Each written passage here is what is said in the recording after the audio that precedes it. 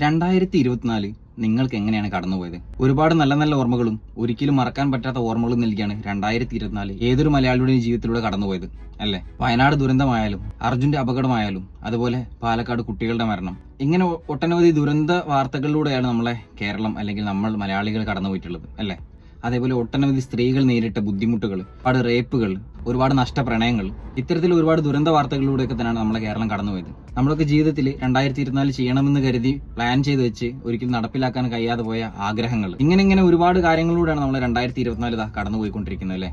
ഈ ഒരു അവസാന ഘട്ടത്തിൽ ഇപ്പൊ ഒന്ന് തിരിഞ്ഞു നോക്കുന്ന സമയത്ത് 2024 എന്ത് സമ്പാദിച്ചു എന്ന് നോക്കുകയാണെങ്കിൽ ഒരുപാട് ആളുകൾക്ക് നല്ല നല്ല നിമിഷങ്ങളും, ഒരുപാട് ആളുകൾക്ക് എന്താ പറയാ ഒട്ടും മറക്കാനാകാത്ത ദുസ്സഹമായ അവസ്ഥയിലൂടെയാണ് 2024 കടന്നുപോയിട്ടുള്ളത്.